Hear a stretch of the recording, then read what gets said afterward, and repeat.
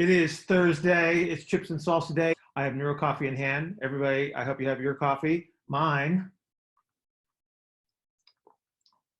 is perfect. Our gym is like we have both boxing, strength conditioning, a bunch of stuff. So we've actually dropped group classes for the most part and actually gone only one-on-one for space. And we have like a 10,000 square foot facility, so it's really big. It's just that we have a lot of youth, and so we kind of dropped down to one-on-one at this point. Again, they actually want to be able to come in a lot more, but we're actually limiting that aspect right now. So, and people are wearing masks and cleaning, probably extra, just staying on it more so than we usually do.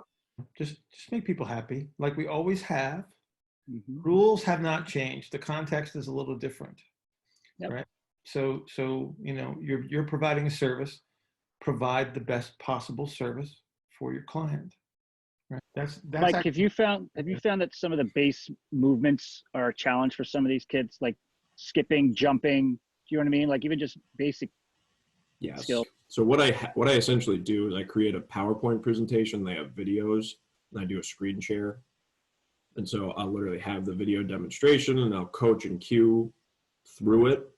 And then it literally still takes kids probably like a good 4 or 5 sessions before they finally understand, like, oh, this is what he's like trying to have me do.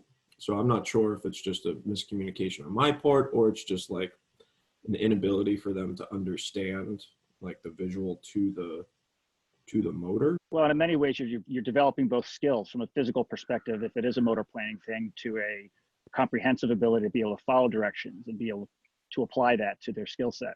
Absolutely. For sure. Hopefully. Here's the interesting thing about all this stuff is because of opportunities or the demands that have been placed upon everyone. I don't know if everybody else notices it, but do you notice that there's more people outside? Like a lot. So we live in this condominium community, which is usually empty. Like you wouldn't know anyone else lived here. I rarely see another human being. And now I gotta be like when I take my dog out, I gotta be really, really careful because he's a little rambunctious little guy.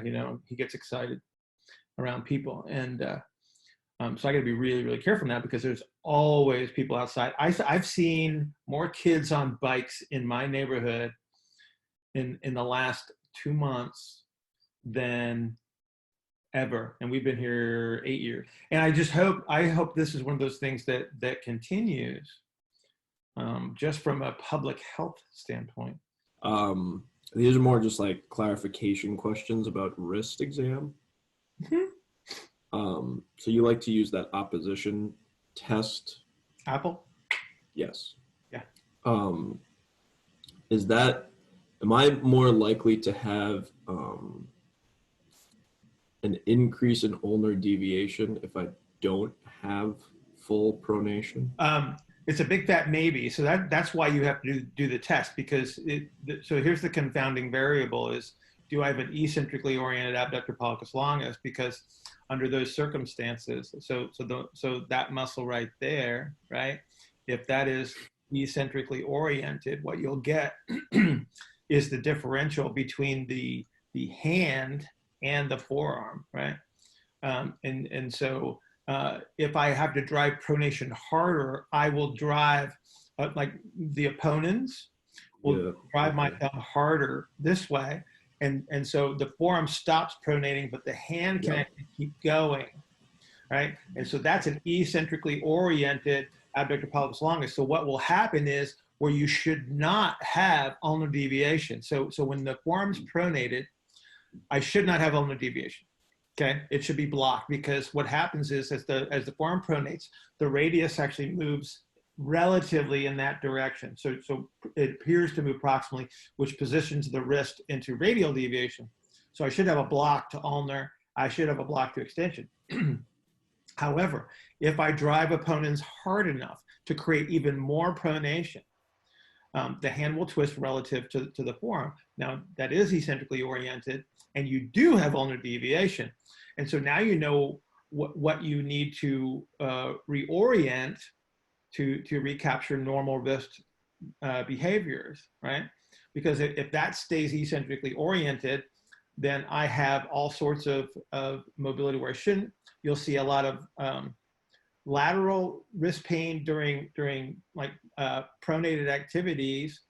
But if I try to drive extension, they load the medial or the radial side of the wrist, and so you get radial wrist pain on that side. Like if I'm doing like a push-up or a press, they hurt right there, and that's how you know it's a twist. When you don't have the eccentrically oriented abductor pollicis longus, you get pain right over the lunate, dead center. So you can actually kind of distinguish, do I have a twist in the hand, or is it just the pronation that's the problem? And that's how you distinguish between the two. We're really just talking about a pronated hind foot of the wrist. That is correct, sir. Cool. Thank you. Yep. Yep. Yep. And finger flexion can offset that, right? So they have to really hold their hand fairly straight. So yeah, so it's the Boy Scout. You do the Boy Yep. Scout sign, right? Yep. And then you ulnar deviate, and then you release the opposition. So what should happen? So here's what should happen. So I ulnar deviate, I hit the barrier, right? And so the barrier then becomes this abductor pollicis longus tendon, okay? And then when I release it, it should go a little bit farther into ulnar deviation. That would be a normal. If I go all the way over and I release it and it stays in that position, you've gone past what would be the relative normal. And so you're already, so you have more space here, less space here to begin with, so it doesn't go any farther. And that's how you distinguish whether you've got that eccentric orientation in the thumb. Yeah. It's like that's been money as far as exercise selection. So it's the intervention that's obviously the most important thing. And so if I do have that eccentric orientation, did you see the video that I did yesterday with the curl? So a lot of people miss the thumb part, which was that's where the key is. It's like, why do you scoot over on the dumbbell and literally you're pushing your thumb against the inside of the dumbbell? Because people think that, oh, you're just driving hard supination. Yes, but I'm also reorienting the hand relative to the wrist. So when would it be advantageous for me to pull the trigger on trying to program something that's going to take a very long time to create that adaptation without any way of me knowing directly if that adaptation is actually necessary and is occurring as I think it's going to occur? Mm-hmm. You don't. You can't, right? So if there's no way to measure it, it doesn't mean that it doesn't influence your decision making. This is the part about being informed. Like when people talk about energy production, and they want to talk about like the specifics of energy, the energy systems, which is really cool to understand. It's like that's in the background of your understanding.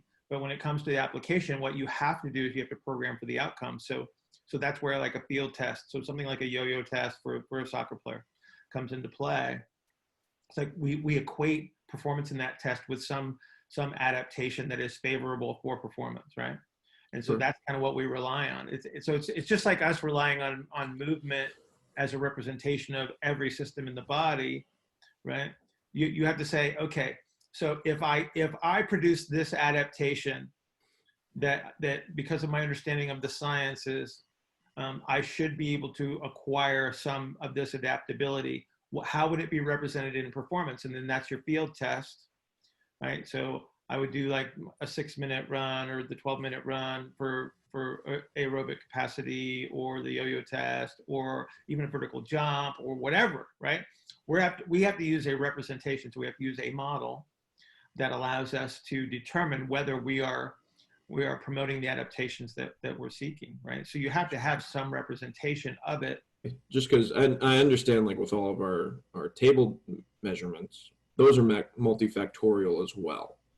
But we can at least somewhat tease out, okay, based on this individual, based on their certain presentation, what may more likely be causing the presentation that we see. But just from an energy system standpoint, I at least don't have a model to accurately guide me towards which of all of these different variables that create whatever performance thing, I'm measuring which one is really the one that I need to be chasing. So that's kind of and you may never know at all, which is, again, that's why we're going after outcome. But see, this is why understanding the science to some degree is important, is because it provides you the excuse me, it provides you the theoretical foundation to make a decision from. You say, well, okay, so I need to increase his endurance, so that implies that I'm going to be promoting some enzyme development, mitochondria construction, etc. Hang on one second, I have something very important to do. Morning, Lisa. So again, you have this theoretical foundation of understanding, and then it's like, okay, if I was to do this, what parameters would I want to impose to promote this adaptation? And then you say, okay, so is yo-yo test improved? So okay, I was right? Whether you're right or whether you're wrong, you got the desired result. So we have the theoretical, we have the understanding that influences our capabilities of making a decision. Then we have the pure application of producing the outcome. Yeah, this kind of brings to mind athletic development in general. That's not quite as straightforward as, hey, I'm a power lifter and I want to put 200 pounds on my squat. There's a lot more variables, and it's hard to know if them training with you the last 6 months actually improved their performance. That is correct, sir. Welcome to Gray. Yeah, you just don't know. You don't know. I don't know. Has anybody ever written a 12-week program that they didn't have to change at all? What are some of the things you, like, I guess, test or look for to decide that? It's like the activities that you choose in your warm-ups. You know, when we talk about just some of their movement capabilities, we can monitor that. And so as you get to know someone over time, this is really important too, is to observe over time. It's like, you'll be able to see, it's like, okay, can so-and-so get into this position? What is their ground contact? So if you're doing some dynamic stuff as part of the warm-up, it's like you expect certain people to be able to bounce across the ground very, very well. Watch them when they walk in the door. So the two big ratings that we'll use is a rating of technique and then the rating of perceived exertion, right? How hard was that for you? And you do this all the time anyway. I mean, you know, I'm preaching the choir here, but it's like you monitor the technique of your client, right? And you go, oh, they're really not doing well today. Let's back it off a little bit. Or they're at, you know, 70% of their perceived maximum, but they're telling you that it feels like it's a 9 out of 10. It's like, okay, we're going to make an adjustment today, and we're going to make this feel like a 7 out of 10, like we intended.